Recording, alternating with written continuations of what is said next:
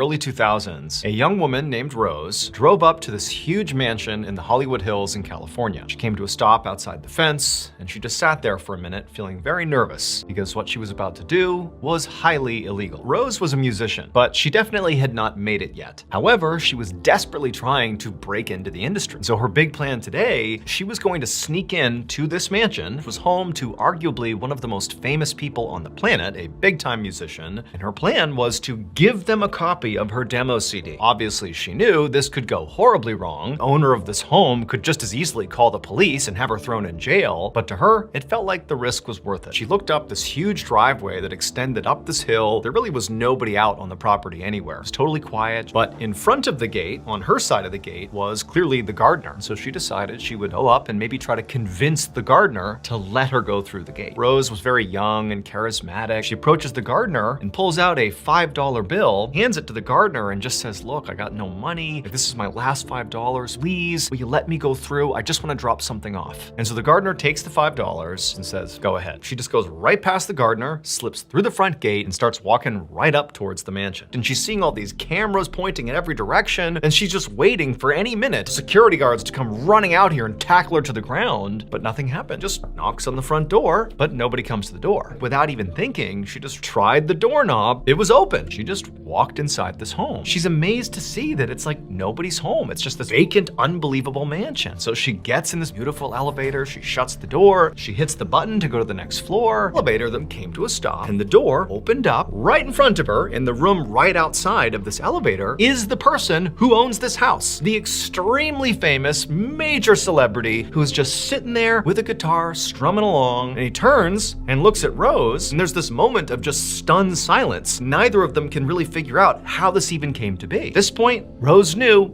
it was her chance. She just quickly walks a little bit forward into the room and throws her demo CD onto this table that was sort of between the two of them. She didn't say anything. She just turned, headed back to the elevator, and began to make her escape. But by the time she made it back to the front door, the security team did catch up to her and they stopped her. However, they did decide not to call the police. This was the home of Prince, one of the most famous people in the world. But her interaction with Prince really didn't have any bearing on her career. He did not throw her name out to industry contacts and blow her career up. Basically, he said, "I won't press charges, now get out of here." However, Rose did go on to become an incredibly famous musician in her own right. She just did it without the help of Prince. Today, Rose's tracks go multi-platinum, and she's sold more than 100 million copies of her records. Rose is actually her middle name. You very likely know her by her stage name, which is also her actual first name, and that is Kesha.